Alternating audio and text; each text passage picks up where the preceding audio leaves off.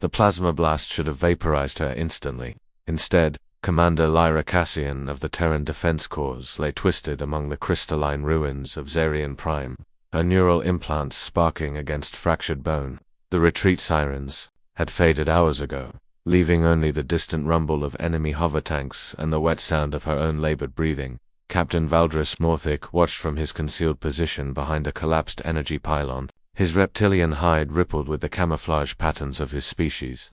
But his amber eyes remained fixed on the human warrior who had single-handedly held the southern flank for 3 standard hours.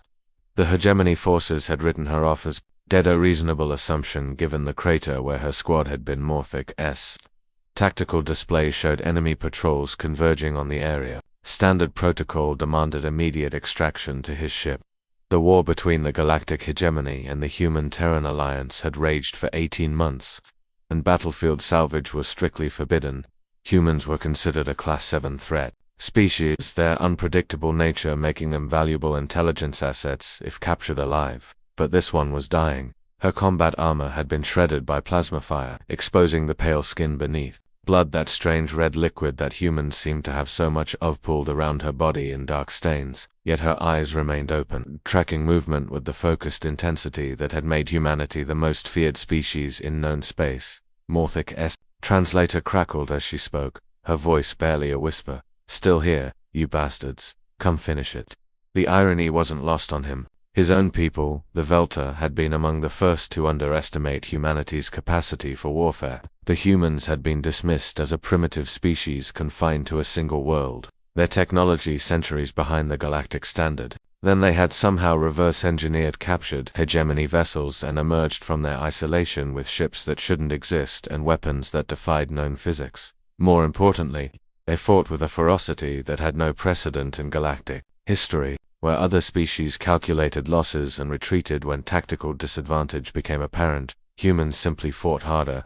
They had turned desperate last stands into victories so many times that Hegemony Command had issued specific protocols for engaging Terran forces. Cassian tried to push herself upright, her augmented arm servomotors whining in protest. The movement sent fresh blood cascading from her wounds, but she managed to prop herself against a chunk of debris. Even dying, she maintained perfect sightlines to the 3 most likely approach vectors. Morthic's calm unit buzzed with an incoming transmission from his ship. His second-in-command, Zephyr, was requesting extraction coordinates. The window for safe departure was closing rapidly as enemy forces tightened their search pattern. He should leave. Every tactical analysis program in his neural implants screamed the same conclusion: the human was dead or dying, and recovering her body would accomplish nothing except compromising his own mission. Intelligence gathering was his primary objective, and he had obtained valuable data about human defensive capabilities. But something in the way she held herself, even with death approaching, made him pause. In his 43 years of military service, spanning conflicts with 17 different species, he had never encountered anything like human determination. They were apex predators wrapped in deceptively fragile skin, carrying weapons that could crack starship hulls, and minds that refused to accept defeat. Cassian's head turned toward his position, and their eyes met across the battlefield. For a moment, neither moved. Then she smiled, an expression that managed to be both defiant and strangely peaceful. "I see you there, Hegemony," she said, her voice carrying clearly in the thin air. "If you're going to kill me, do it quick. I've got places to be." Morthic made his decision. Morthic's cloaking field shimmered as he approached the wounded human.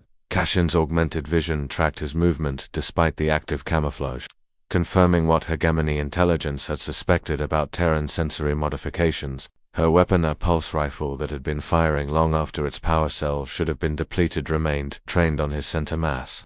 "Interesting," she murmured, blood speckling her lips.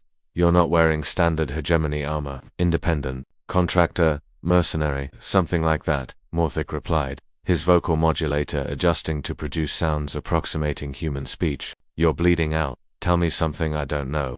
Cassian's finger remained steady on the trigger despite the visible tremor in her hands. "What's your play here?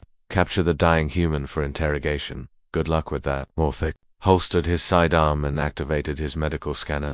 The readings were worse than he'd anticipated. Cassian had suffered massive internal trauma, her enhanced physiology barely keeping her conscious.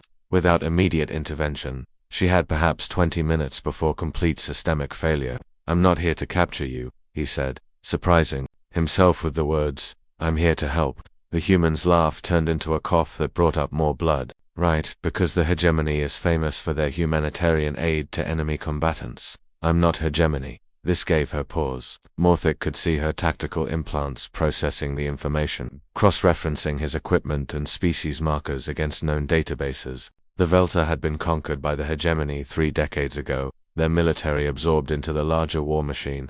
Most humans wouldn't know the difference. Velta, she said finally, your people put up a hell of a fight before they folded. Respect. We didn't fold. We were overwhelmed. Morthic knelt beside her, his medical kit already in his hands. This is going to hurt. Everything hurts. Cashin's weapon finally lowered as her strength began to fail. Why are you doing this? The question hung in the air as Morthic worked. His emergency trauma protocols were designed for Veltar physiology, but he had studied human anatomy extensively during his intelligence assignments. The similarities were closer than most species, though humans were disturbingly resilient compared to their apparent fragility. Because you held that line for 3 hours, he said, injecting a combination of coagulants and stimulants into her bloodstream. Because you're still fighting even now, because ... double quotes, he paused, searching for words that wouldn't sound foolish. Because leaving you here would be wrong. Cashin's eyes widened slightly as the medical cocktail took effect. Color returned to her face, and her breathing stabilized. The wounds were still critical, but she was no longer actively dying. That's not going to be enough, she said, understanding the limitations of field medicine. I need a proper medical facility, and those are controlled by people who want me dead. Not all of them. Morthic activated his personal communicator. Zephyr, prepare the medical bay. I'm bringing a passenger. The response was immediate and incredulous. Sir, we cannot accommodate a human prisoner. Our medical systems are incompatible, and harboring enemy combatants violates not a prisoner, a guest. Morthic cut the transmission and turned back. Cashin, my ship has a basic medical facility. It's not designed for human physiology, but it's better than bleeding out in the dirt. Why? The question came softer this time, genuinely curious rather than suspicious. Morthic considered the question while sealing her wounds with biofoam. The honest answer was complex, part professional respect, part curiosity about the species that had disrupted galactic power structures, part something he couldn't quite name. Because the hegemony conquered my world and conscripted my people, but they never broke us, he said finally. And because I've seen what humans can do when they're fighting for their lives, I'd rather have that fighting beside me than against me. Cashin managed a weak smile. You might be disappointed. We're not exactly known for our gratitude. We'll see. Morthic activated his personal shield generator and prepared to lift her. This is going to be uncomfortable, more uncomfortable than dying. Point taken. As they moved toward his concealed ship, Cashin spoke again. What's your name? Valdris Morthic, Captain Veltar, Resistance Navy. Resistance. She looked up at him with new interest. I thought your people were fully integrated into the hegemony. Most are. Some of us remember what we used to be. He paused as his ship's airlock cycled open. What do I call you? Lyra. When I'm healed up, we need to talk about this resistance of yours. The medical bay aboard Morthic's ship was a testament to improvisation and desperation. Veltar medical technology had been deliberately stunted by the hegemony to prevent the development of biological weapons, leaving his people dependent on captured or black market equipment. The result was a patchwork of different technologies that somehow functioned. Despite their incompatibility, Cashin lay unconscious in a modified stasis pod, her vital signs displaying on screens that flickered between 3 different languages. The ship's AI, a heavily modified hegemony system named Nexus, had been working for 18 hours to adapt the medical protocols for human physiology. The bone reconstruction is proceeding normally, Nexus reported in its clipped artificial voice. However, the neural implant damage is beyond our current capabilities. The human will survive, but her combat effectiveness may be permanently compromised. Morthic studied the readouts. His understanding of human anatomy stretched to its limits. Cashin's augmentations were more extensive than he'd initially realized. Her bones were laced with metallic composites, her nervous system enhanced with quantum processors, and her cardiovascular system supported by synthetic organs. She was as much machine as flesh, a living weapon designed for warfare. What about her memories?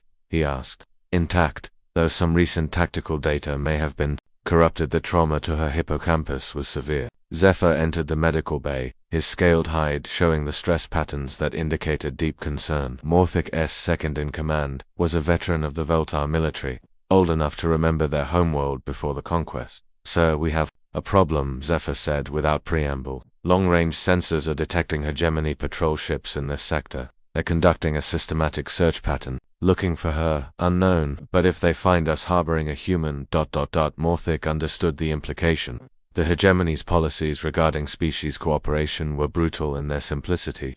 Any non-hegemony vessel found assisting human forces would be destroyed without warning, their crews executed as traitors. It was a effective deterrent that had kept most species neutral in the conflict. "How long until she's stable enough to move?" he asked Nexus. "Approximately 6 hours for basic motor functions. Full recovery will require several weeks of rehabilitation." "We don't have weeks." Morthic activated the ship's navigation system. "Plot a course for the neutral zone. Best possible speed." Sir Zephyr's voice carried a note of warning. "The neutral zone is controlled by the consortium. They have standing orders to impound any vessel carrying military personnel. Then we'll make sure they don't find any military personnel." The medical pod systems chimed softly as Cashin's eyes fluttered open. Her pupils were dilated from the medication, but her gaze was sharp and focused. The first thing she did was attempt to sit up, her enhanced reflexes trying to assess threats.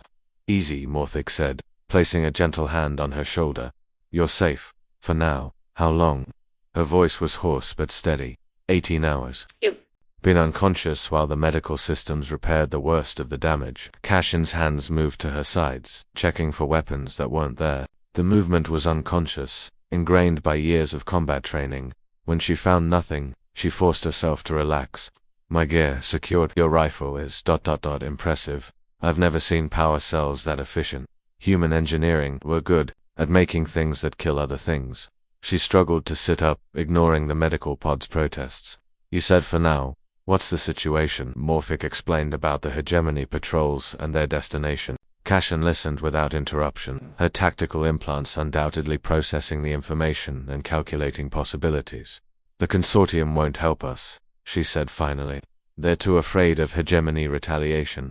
But they might not turn us over immediately if we have something they want. What could we possibly offer them?" Cashin's smile was sharp and dangerous. "Information. The consortium has been trying to develop their own enhanced soldiers for decades. They've failed because they don't understand human psychology. They think enhancement is just about better hardware, and it's not. Enhancement is about breaking your own limitations. Hardware is just a tool. The real weapon is the willingness to push beyond what should be possible." She swung her legs over the side of the medical pod, testing her balance. "How many resistance fighters do you have?" 47 active members, perhaps twice that many sympathizers. "That's not an army. That's barely a squad. It's what we have." Cashin nodded slowly. "Then we'll have to make it count. But first, we need to survive the next few hours." The ship's proximity alarms began to sound, indicating incoming vessels. Morthic's heart sank as he recognized the signature pattern's 3 hegemony interceptors closing fast. "They found us," Zephyr reported over the comm system. Cashin was already moving toward the armory, her enhanced physiology adapting to the artificial gravity with disturbing ease. "How good is your ship in a fight?" "We're a reconnaissance vessel. We're not designed for combat." "Then we'd better get creative." The first interceptor's warning shot scorched the hull plating just meters from the main engine housing. Morthic's ship, the Defiant Echo, was designed for stealth and speed, not combat. Against 3 hegemony interceptors, their chances of survival were approaching 0. "Hegemony vessel, this is Commander Vexter of the 47th Patrol Squadron," came the transmission. Over the comm system, "Prepare to be boarded for inspection. Any resistance will be met with immediate destruction." Cashin had armed herself with a captured hegemony plasma rifle, her movements still careful but determined.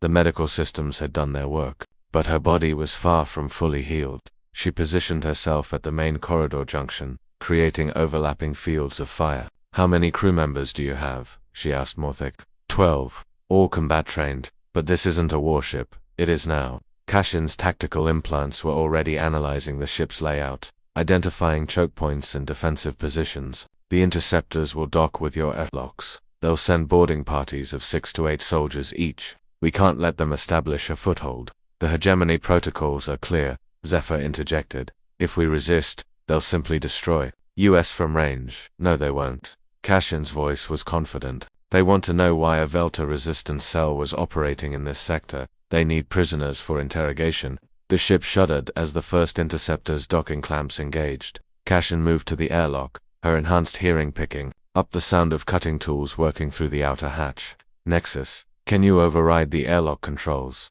She asked. Negative. The hegemony ships are using override codes that take priority over ship systems. Then we do this the hard way. The outer hatch cycled open, and the first hegemony soldiers entered the airlock. They were Kreshtar, a species known for their methodical approach to warfare and their thick, chitinous armor. Their plasma rifles were already powered and ready. Cashin waited until the airlock was full before activating the emergency seal. The inner hatch slammed shut, trapping the boarding party in the small chamber.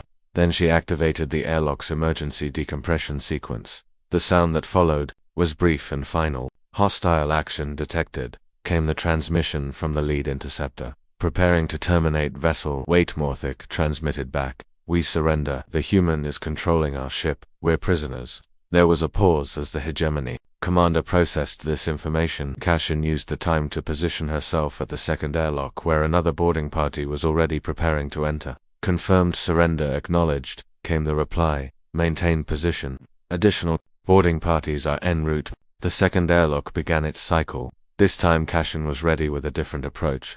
As the outer hatch opened, she activated the ship's internal gravity generators at maximum intensity. The sudden increase in gravitational force slammed the boarding party against the airlock floor, their heavy armor becoming a liability. Before they could recover, she tossed a fragmentation grenade into the chamber and sealed the hatch. That's 2 down, she reported to Morthic. 1 more to go. They're not going to keep falling for the same tricks, Zephyr warned. They don't have to, I just need to buy us time. The third interceptor was approaching more cautiously. Instead of docking, it was deploying a breaching pod designed to cut through the ship's hull. Cashin recognized the tactic was something humans had developed during the early stages of the war. They're learning, she observed. Good for them. The breaching pod's plasma cutters began their work, slicing through the hull plating with surgical precision. In minutes they would have a direct entry point into the ship's interior. Nexus, I need you to reroute all power to the main engines, Cashin ordered. That will leave life support and artificial gravity at minimum levels, the AI warned. Do it anyway. The ship's lights dimmed as power flowed to the engines. Cashin felt the artificial gravity fade, leaving her floating in the corridor. Her enhanced inner ear adapted quickly to the zero-gravity environment, but the hegemony soldiers would be disoriented. Morthic, when I give the word, execute a full power acceleration burn, maximum thrust, straight up relative to the local gravity. Well, that will kill anyone not secured properly, he warned. That's the idea. The breaching pod finished its work, and the first enemy soldiers pushed through the hull breach. They were prepared for zero gravity, their magnetic boots engaging with the ship's metal flooring, but they weren't prepared for what came next. Now, Cashin said. The Defiant Echo's engines roared to life, generating acceleration forces that turned the ship into a giant centrifuge. The boarding party, despite their magnetic boots, were thrown against the walls and ceiling as the ship spun wildly. Cashin, braced against a structural beam, maintained her firing position and eliminated the disoriented soldiers one by one. Impressive, Morthic said as the ship's acceleration stabilized, but the interceptors are still out there. Not for long. Cashin was already moving toward the ship's weapons systems. Your reconnaissance ship has full-spectrum sensors, right? Good for intelligence gathering, of course. Then it can target the interceptors' weak points. Their engine systems use the same basic design as all hegemony vessels. If we can overload their power cores, we'll cause a cascade failure. Zephyr finished, but our weapons aren't powerful enough to penetrate their shields. They don't need to be. We just need to hit them at the right frequency to disrupt their power distribution. Cashin's implants were already calculating the necessary targeting solutions. Trust me, I've done this before. The battle that followed was brief but decisive. The Defiant Echo's modified weapons systems fired precisely calibrated bursts at the interceptor's shield generators. The attacks appeared ineffective, but they were causing subtle resonance patterns in the enemy ship's power systems. Within minutes, all 3 interceptors were drifting powerless in space, their crews trapped aboard vessels that had become metal coffins. Impossible, Zephyr breathed. How did you know that would work? Because humans designed those ships, Cashin replied. We know their weaknesses better than anyone.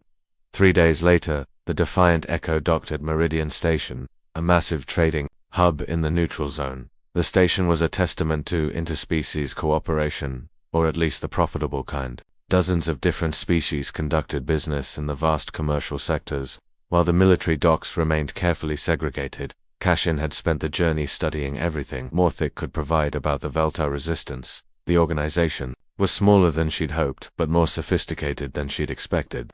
Their intelligence network spanned half the galaxy, and their technical capabilities were impressive despite their limited resources. The consortium representatives are waiting in conference room 7, Zephyr reported as they disembarked. They've agreed to a preliminary meeting, but they're not promising anything. They'll promise plenty once they hear what we have to offer, Kashin said. Her appearance had been carefully managed. Her military bearing was obvious, but her species wasn't immediately identifiable. The consortium had strict policies about harboring fugitives, but they were flexible when it came to valuable intelligence. The conference room was a study in diplomatic neutrality. Representatives from 12 different species sat around a circular table, their various physiologies accommodated by adaptive seating. At the head of the table sat Administrator Welkin, a being whose species Kashin didn't recognize. Captain Morthic Welkin said, his voice carrying the universal translator's flat tones. You've requested an emergency meeting concerning matters of galactic security. Please proceed. Morthic stood, his formal military bearing evident despite his civilian clothes. Administrator, I'd like to introduce my associate, Commander Lyra, Kashin of the Terran Defense Corps. The reaction was immediate and predictable. Several representatives reached for their emergency communicators, while others simply stared in shock. Humans were mythical figures to most species, terrifying legends that had somehow managed to challenge the hegemony's dominance. A human, Welkin said, his voice carefully neutral. This is unexpected. I'm here to offer the consortium something they've been seeking for decades, Kashin said, remaining seated despite the tension in the room. The technology to create enhanced soldiers. The consortium has no interest in military applications, one of the representatives protested. We are a peaceful trading organization. You're a collection of species that live in constant fear of hegemony expansion, Kashin countered. Your neutrality exists only because you're not seen as a threat. That could change at any moment. Administrator Welkin leaned forward. What exactly are you proposing? I'm proposing to teach you how humans really fight, not the tactics or the weapons. You can reverse engineer those. The psychology, the mindset that lets us turn impossible odds into victories, and in return, safe passage to human space, resources for the Veltar resistance, and a mutual defense, pact when the hegemony inevitably comes for you. The room erupted in discussion as the various representatives debated among themselves. Kashin waited patiently, her enhanced hearing picking up fragments of conversation in a dozen different languages. The human is correct about one thing, Welkin said finally. The hegemony's expansion into the neutral zone is inevitable. Recent intelligence suggests they're already positioning forces for a major offensive. What kind of offensive? Morthic asked. Complete annexation. They're calling it the final integration protocol. Every independent species would be forcibly absorbed into the hegemony's military structure. Kashin felt a chill run down her spine. She'd heard whispers of such a plan during her time in Terran intelligence, but she'd hoped it was just speculation. When she asked, 6 months, maybe less. The room fell silent as the implications sank in. The neutral zone represented the last vestige of independence in the galaxy. Its fall would leave only the hegemony and the human-controlled sectors, setting the stage for a war that would consume everything. What do you need from us? Welkin asked. Access to your communication networks. I need to contact the Terran High Command, and I need to know everything you have about hegemony military preparations and the enhancement technology. Kashin smiled grimly. I'll give you something better. I'll give you the one thing that's kept humanity alive against impossible odds, which is hope. Over the next several hours, Kashin outlined her plan. It was audacious, dangerous, and completely insane by any rational standard. It was also, she believed, their only chance of survival. The hegemony's strength lay in their ability to absorb and integrate other species. They had done it dozens of times over the centuries, each conquest adding to their military and technological capabilities, but they had never faced a coordinated resistance across multiple species. You're talking about a galactic uprising, one of the representatives said. The casualties would be enormous. The casualties of doing nothing will be worse, Kashin replied. The hegemony doesn't just conquer, they erase. How many species have you heard of that used to exist before the hegemony arrived? The question hung in the air unanswered. Everyone in the room knew the truth. The hegemony's expansion had been marked by the systematic elimination of species that couldn't be integrated. What do you need from the Veltar? Welkin asked Morthic. We can provide intelligence on hegemony, military installations and troop movements. Our people are embedded throughout their command structure. We can also offer technical support. Our understanding of hegemony technology is extensive. And the humans will provide the spark, Cashin said. The example that shows everyone else that the hegemony can be beaten, but we can't do it alone. Administrator Welkin stood, his decision clearly made. The consortium will provide the resources you need, but understand if this plan fails, we're all dead. If this plan fails, we're all dead anyway, Cashin replied. At least this way, we die fighting. The communication array on Meridian Station was a marvel of engineering. Capable of transmitting across galactic distances through a network of quantum entanglement relays, Cashin had been granted access to the array's most secure channels, allowing her to establish contact with Terran High Command for the first time since her supposed death on Zarian Prime. Admiral Torres appeared on the holographic display, her weathered face showing the strain of conducting a war on multiple fronts. The delay in communication was minimal, but the encryption protocols made every word precious. Commander Cashin, Torres said, her voice carrying a mixture of relief and disbelief. Your death was reported 3 days ago. We held a memorial service. Reports of my death were greatly exaggerated. Admiral Cashin's tone was formal, but she couldn't hide her emotion at seeing a familiar face. I have critical intelligence regarding hegemony strategic planning. Go ahead, Cashin outlined everything she'd learned about the final integration protocol. Torres listened without interruption, her expression growing more grave with each detail. 6 months, Torres said finally. That's not enough time to prepare for a defensive action of this magnitude. That's why we're not going to defend, Admiral, we're going to attack. Explain. Cashin activated the tactical display, showing the galactic map with hegemony territory marked in red. The hegemony is preparing for a massive offensive because they believe they're facing isolated resistance movements. They're not prepared for a coordinated multi-species alliance. The consortium has agreed to this. The consortium and the Velt resistance were working on bringing in other species as well.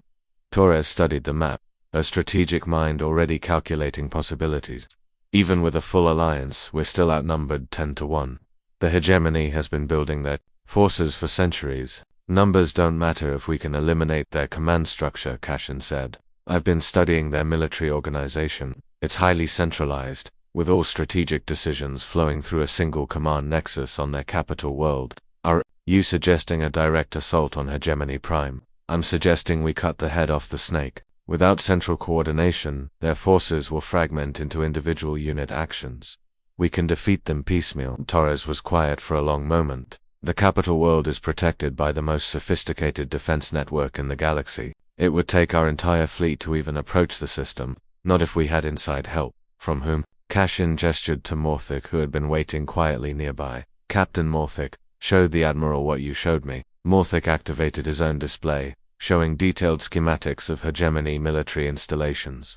Admiral Vivelta have been mapping hegemony defenses for 30 years. We have complete intelligence on their shield generators, weapon platforms, and patrol routes. More importantly, Cashin added, they have people inside the system. The hegemony uses conscripted soldiers from conquered species for garrison duty. Many of those soldiers are resistance sympathizers. Torres examined the data with growing interest. How many assets do you have in place? Approximately 300 individuals with access to critical systems, Morthic replied. They're positioned in communications, logistics, and security departments across the capital system. That's still not enough for a full assault.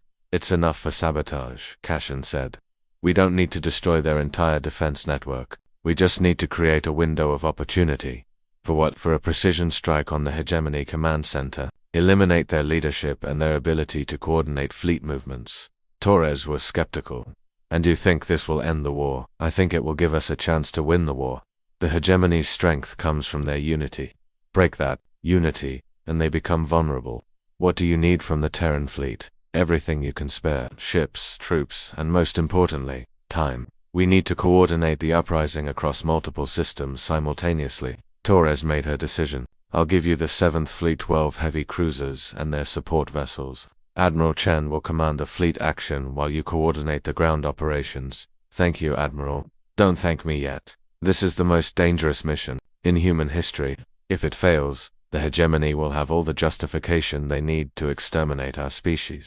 If it fails, they'll do that anyway, Cashin replied. At least this way, we go down fighting. After the transmission ended, Cashin found herself alone with her thoughts for the first time in days. The magnitude of what they were attempting was staggering. A coordinated rebellion across dozens of star systems, timed to coincide with a direct assault on the most heavily defended world in the galaxy. Morthic entered the communications chamber, carrying 2 cups of synthesized coffee. I thought you might need this, he said, offering her one of the cups. Thank you. The coffee was terrible, but it was warm and caffeinated. Are you having second thoughts? Every minute, he admitted. But I keep thinking about what you said. When I found you on Zarian Prime, about having places to be, I was delirious from blood loss. Maybe, but you were also right. We all have places to be. Places where we can make a difference. Cashin studied the Veltar officer. In the few days she'd known him, he'd shown more courage and integrity than most humans she'd served with. Why did you really save me? Because I recognized something in you. The same thing I've seen in every successful resistance fighter I've known. He paused, searching for the right words. You were already dead, but you refused to accept it. That's not tactics or training, that's something deeper. What do you call it? Defiance. The absolute refusal to surrender, even when surrender is the only rational choice. Cashin nodded slowly. That's what I'm going to teach your people. Not enhancement technology or combat techniques.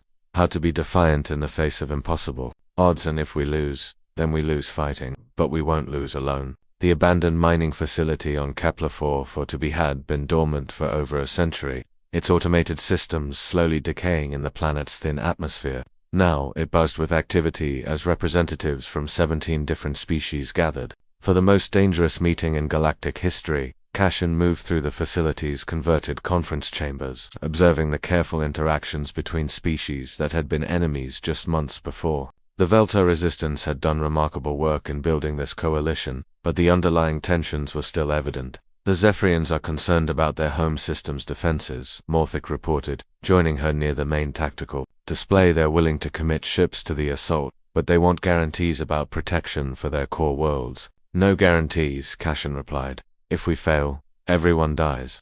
If we succeed, everyone lives. It's that simple. The Crystalline Collective is requesting detailed intelligence on hegemony shield technology.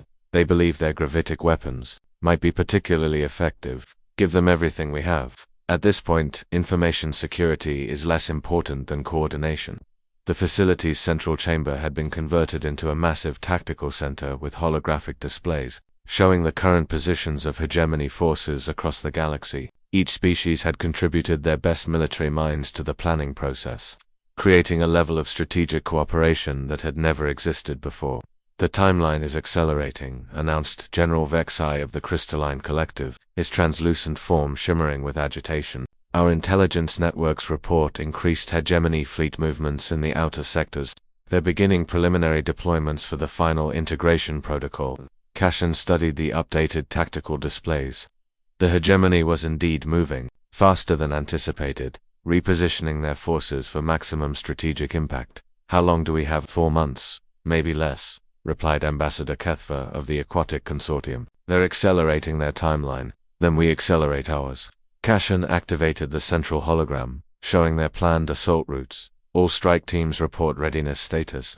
The responses came in rapid succession. The Veltar resistance had positioned assets in 37 key systems. The consortium's merchant fleet had been secretly converted into military transports. The Crystalline Collective had manufactured specialized weapons designed specifically for anti-hegemony operations. What about the Terran fleet? Asked Commander Zethron of the Molten Core Alliance. Admiral Chen's forces are positioned in the Outer Rim, waiting for the signal. They'll begin their approach to Hegemony Prime when we launch the first phase of operations. And if the hegemony detects our preparations, then we die fighting instead of dying quietly, Cashin said simply. But we don't die alone, and we don't die without making them pay for every life they've taken. The meeting continued for hours, each species contributing their unique capabilities to the overall plan. The Veltar provided intelligence and sabotage expertise. The consortium offered logistical support in communication networks. The Crystalline Collective brought advanced weapons technology, while the Aquatic Consortium contributed their understanding of hegemony, naval tactics. But it was the arrival of the final delegation that changed everything. Incoming vessel requesting permission to dock, announced the facility's AI. They're broadcasting hegemony identification codes. The chamber fell silent as every being present calculated the implications. Either they had been betrayed, or something unprecedented was happening. Weapons systems to standby, Cashin ordered. But don't power them up completely. Let's see what they want. The docking bay doors opened to admit a single figure, being that most of the assembled representatives had never seen before. It was humanoid in basic structure, but its skin was a deep purple color, and its eyes held an intelligence that seemed almost predatory. I am Executor Maverick of the Hegemony Strategic Command, the being announced. I come under a flag of truce to discuss terms of surrender. Surrender. Cashin stepped forward, her hand resting casually on her sidearm. Whose surrender? Yours, of course. The hegemony is aware of your gathering. We know about your planned uprising. We're prepared to offer terms that will preserve your species' continued existence. What terms? Complete integration into the hegemony military structure. Your resistance networks will be dissolved, but your people will be allowed to maintain their cultural identities within the greater framework of galactic unity. Cashin exchanged glances with Morthic. The offer was more generous than anyone had expected, which made it inherently suspicious. And if we refuse, then you will be eliminated. Not just your military forces, your entire species. The hegemony has developed weapons specifically designed to target genetic markers. We can render entire worlds uninhabitable to specific forms of life. The threat was delivered with casual indifference, as if the extinction of entire species was simply a matter of administrative efficiency. I need to discuss this with my allies, Cashin said. Of course, you have 12 hours to make your decision. After the executor departed, the chamber erupted in heated discussion.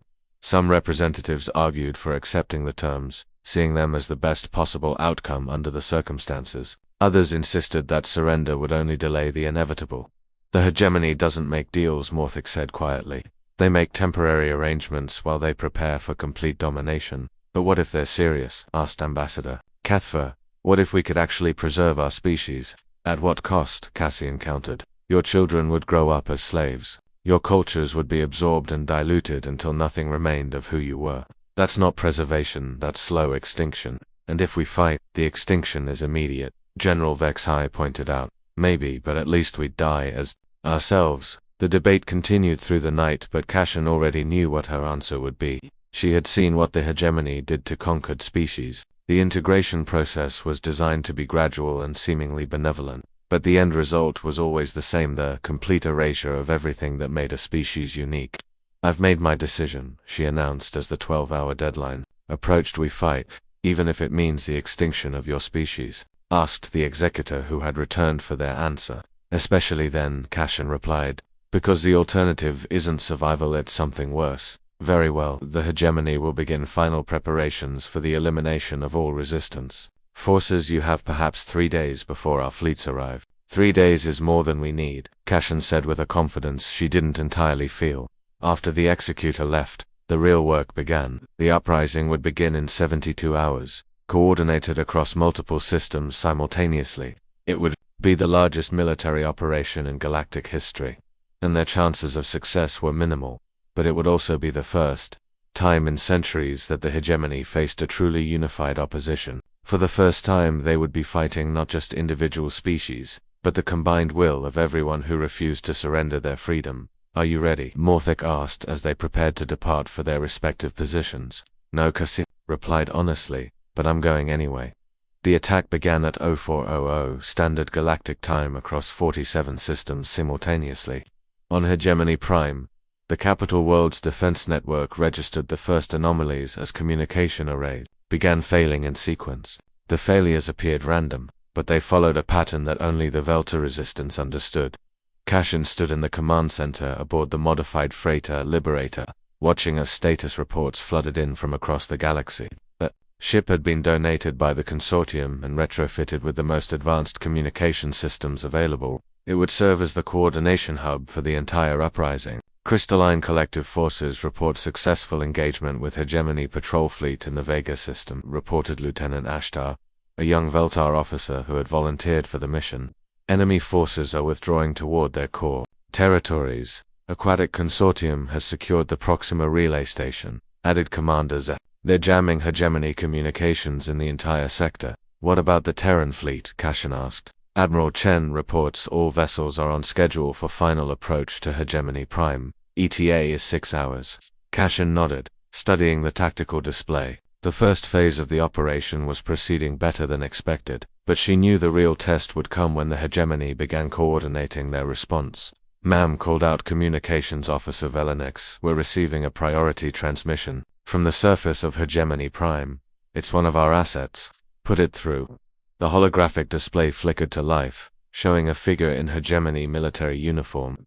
The being's face was obscured by a helmet, but Cashin recognized the voice. Immediately, this is Agent Phantom, the figure said, using the codename for their highest-placed asset in the Hegemony command structure.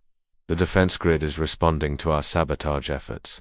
I estimate we have a 4-hour window before they implement emergency protocols. Can you maintain communication blackouts? Cashin asked. Affirmative, but I need to warn you the Hegemony leadership is implementing something called the Scorched Galaxy Protocol. They're prepared to destroy entire star systems rather than lose control of them. The implications were staggering. If the Hegemony was willing to commit genocide on such a scale, the stakes of the conflict had escalated beyond anything they had imagined. How many systems are targeted? Cashin asked. All of them. If they can't maintain control, they'll eliminate every inhabited world in the galaxy. They're bluffing. They wouldn't destroy their own territory. They're not bluffing. The weapons are already in position. Starkiller missiles deployed throughout the core systems. If we don't stop them in the next 6 hours, they'll begin the elimination sequence. Cashin felt the weight of billions of lives settling on her shoulders. The uprising had been planned as a war of liberation, but it had become a race against extinction. All units. This is command. She broadcast on all frequencies. Operation timeline is now critical. We have 6 hours to complete primary objectives. Before the enemy implements total destruction protocols, the response was immediate and devastating. Across the galaxy, every resistance cell, every allied fleet, every sympathizer began moving with desperate urgency. The careful choreography of the uprising transformed into a frantic sprint toward victory or annihilation. Terran fleet is increasing speed, reported Ashtar.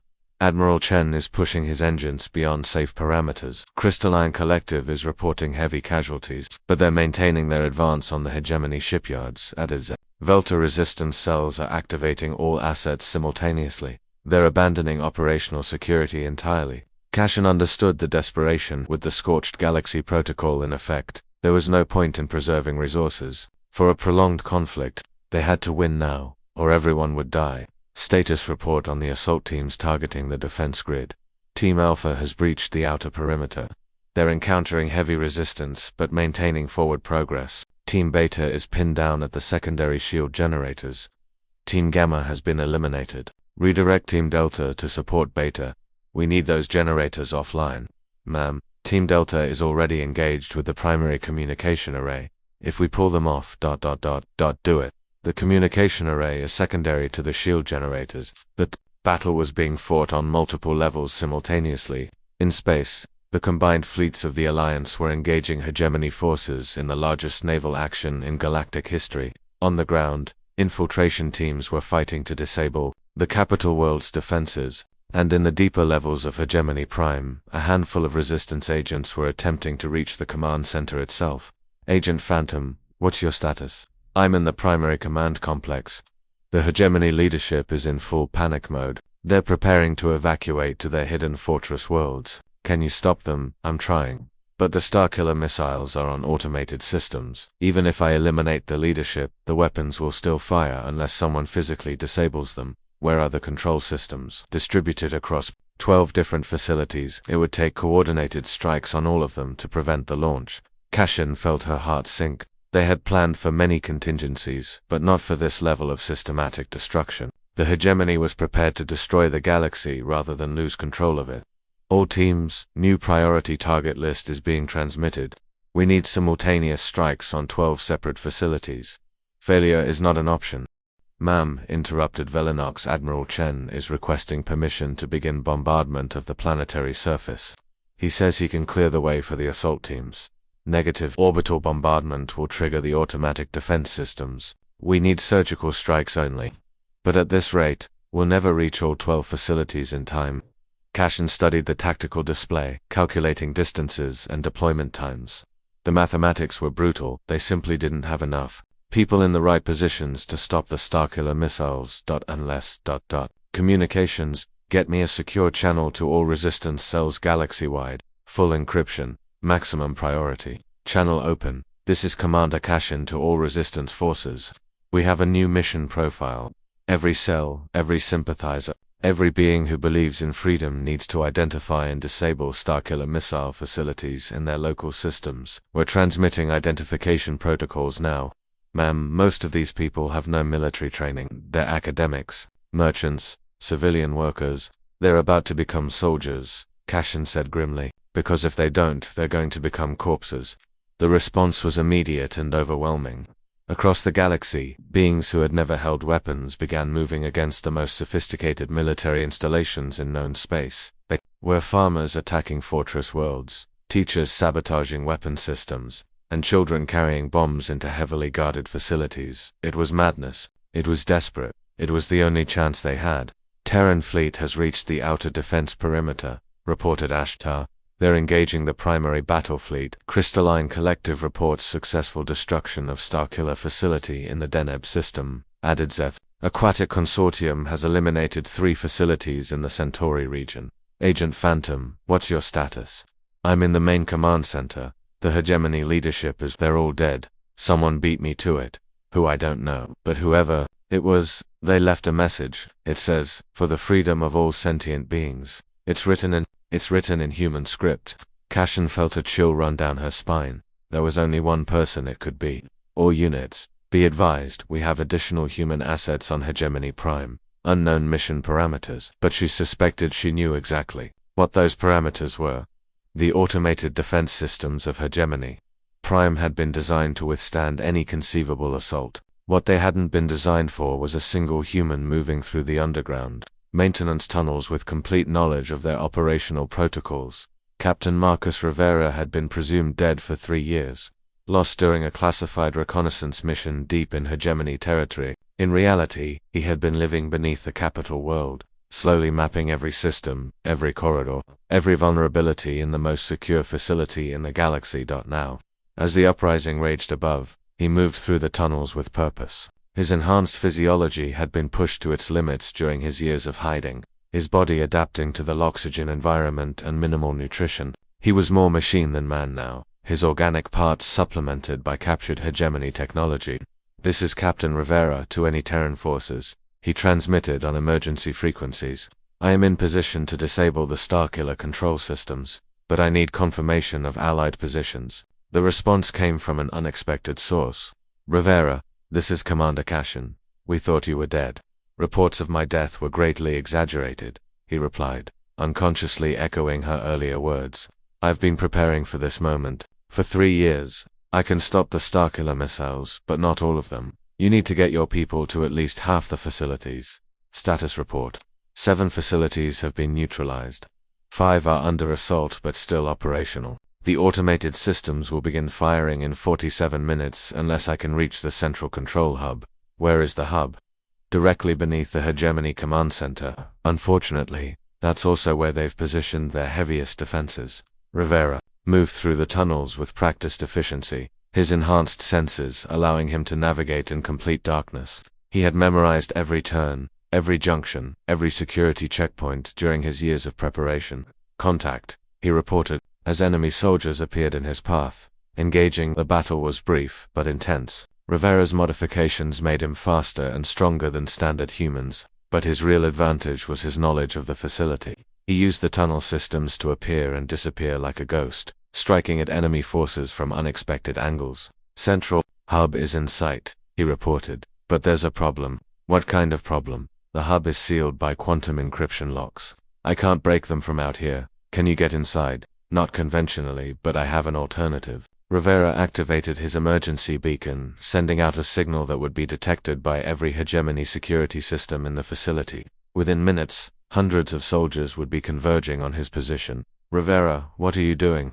Creating a distraction. The quantum locks will automatically open if the facility goes into full lockdown mode. I just need to trigger the emergency protocols. That's suicide, maybe, but it's the only way to reach the central control systems. The facility's alarms began blaring as Rivera's beacon was detected. Emergency blast doors sealed throughout the complex as automated systems attempted to contain the perceived threat. And in the central hub, the quantum locks disengaged as the facility's AI prioritized immediate security over long-term containment. Rivera moved through the opening before the security systems could react, finding himself in a chamber that contained the most sophisticated computational array in the galaxy. The Starkiller missile network was controlled from here, its targeting systems capable of destroying entire star systems with precision. "I'm in," he reported, beginning shutdown sequence. "How long do you need?" 15 minutes, maybe 20. Have 5. Enemy forces are converging on your position. Rivera's hands moved across the control interfaces with desperate speed. The shutdown sequence was complex, requiring multiple authorization codes and biometric confirmations. Fortunately, his 3 years of preparation had included capturing a high-ranking hegemony officer whose authorization codes were still active. "First wave of missiles is offline," he reported. "Working on the second wave. Status on enemy forces. They're at the outer doors. I estimate 2 minutes before they breach the chamber." The sound of plasma cutters echoed through the hub as hegemony soldiers began their assault on the reinforced doors. Rivera continued working, his enhanced reflexes allowing him to process information faster than any organic being should be able to. "Second wave is offline. Third wave is... There's a problem." "What kind of problem?" "The third wave is hardwired to fire automatically if the control systems are compromised. It's a fail-safe to prevent exactly what I'm doing." "Can you disable it?" "Not remotely. Someone would need to physically destroy the launch mechanisms at each facility."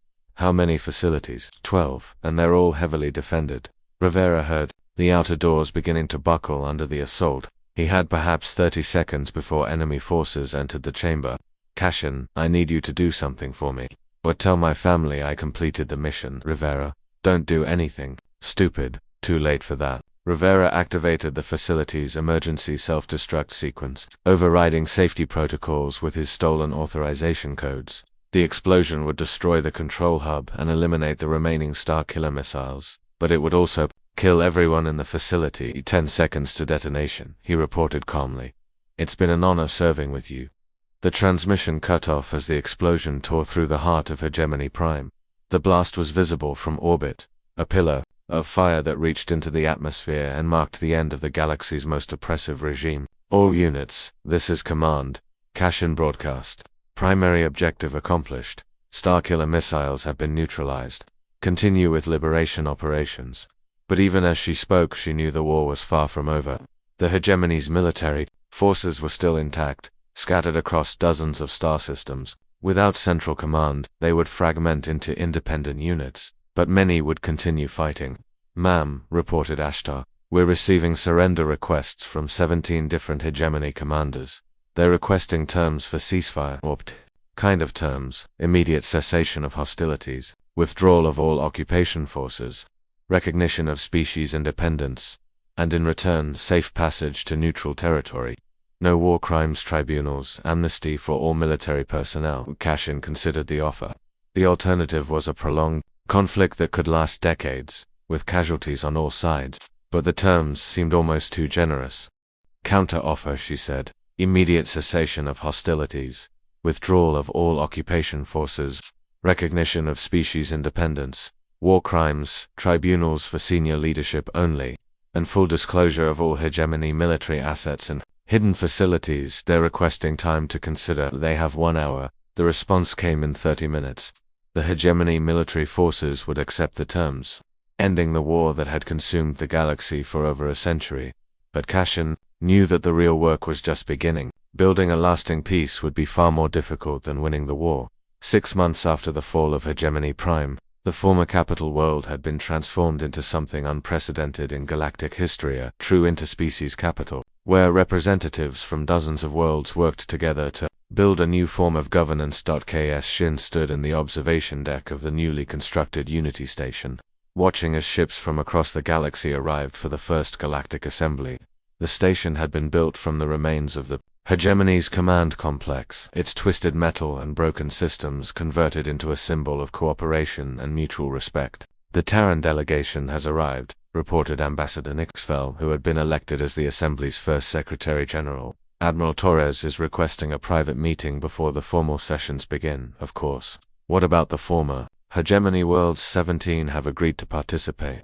The others are still dealing with internal conflicts, but they've committed to observer status. Kashin nodded. The transition from authoritarian rule to democratic governance had been traumatic. For many worlds, entire populations had known nothing but hegemony control for generations, and learning to make independent decisions was proving difficult.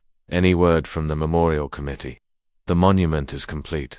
The dedication ceremony is scheduled for tomorrow morning. The memorial was perhaps the most important structure on the stage, in a crystalline spire that contained the names of every being who had died in the uprising. At its center was a simple plaque with the words that had become the motto of the new galactic government: for the freedom of all sentient beings. Admiral Torres arrived for their meeting looking older than Kashin remembered, the strain of the past months evident in her weathered features, but her eyes held a satisfaction that came from seeing an impossible mission completed successfully.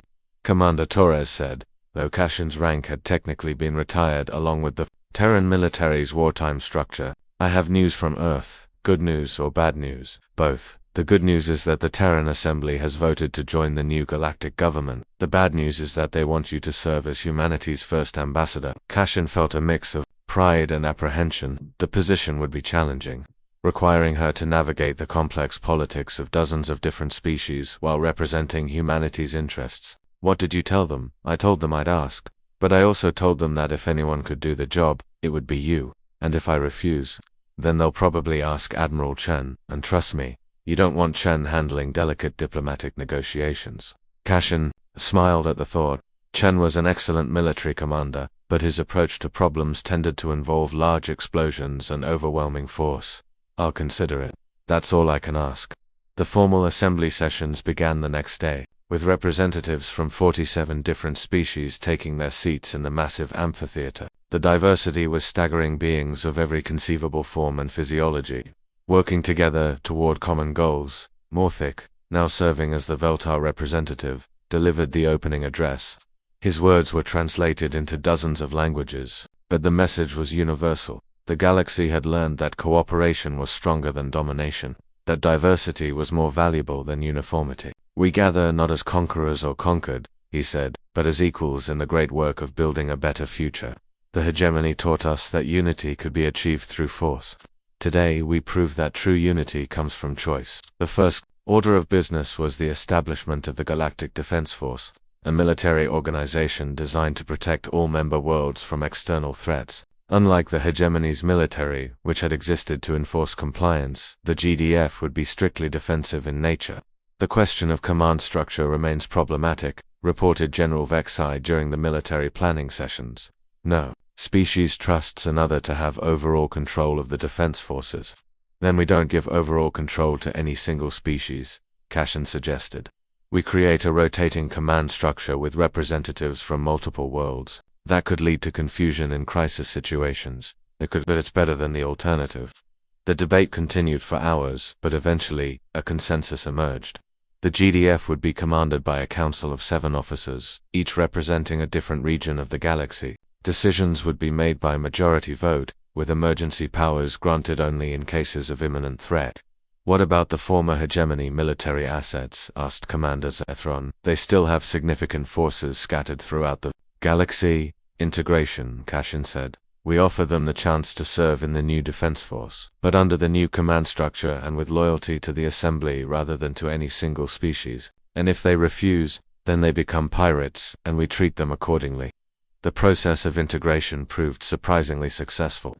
Most former hegemony officers were tired of endless conflict and welcomed the opportunity to serve in a more constructive capacity. Those who refused were indeed treated as pirates, but their numbers were small and their threat minimal.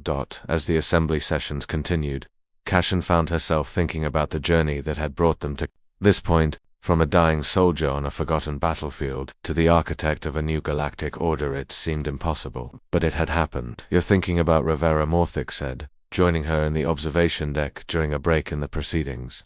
"Among Others, so many people died to make this possible, and their sacrifice means something. Look around you, species that were enemies are now working together. The hegemony's victims are now free to determine their own destinies. But will it last? History is full of noble experiments that collapsed into chaos.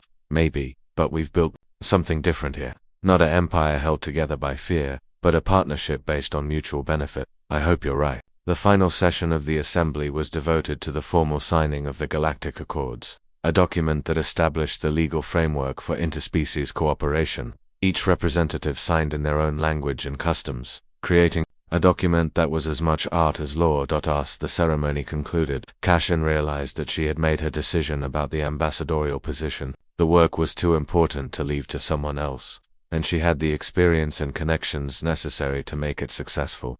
Admiral Torres, she said, approaching the Terran delegation, I accept the position. I was hoping you would, but I have conditions. Of course you do. What are they? First, I want Captain Morthic assigned as my deputy. Second, I want the memorial to Captain Rivera expanded to include all beings who died in the uprising. Third, I want regular rotation of staff to ensure that no single perspective dominates our diplomatic efforts. Granted. Anything else? Yes, I want a promise that if this new government starts to look like the old hegemony, you'll help me tear it down. Torres smiled. That's a promise I can make. As the Unity Station prepared for its new role as the galactic capital, Cashin stood once again in the observation deck, watching the ships depart for their home worlds. The work ahead would be difficult, but for the first time in her life, she felt genuinely hopeful about the future. The galaxy was free. Not because one species had conquered all others, but because all species had chosen to work together. It was a fragile peace, but it was real, and it was worth fighting to preserve. In the distance, the memorial spire caught the light of the station's artificial sun, its crystal surface reflecting the names of those who had died for freedom. Captain Rivera's name was there, along with thousands of others who had given their lives for the cause. They had not died in vain. The galaxy they had dreamed of was becoming reality, one decision at a time, one compromise at a time, one act of cooperation at a time. The war was over. The peace had begun, and humanity had shown the galaxy something it had never seen before, that the greatest victory was not defeating your enemies, but turning them into friends.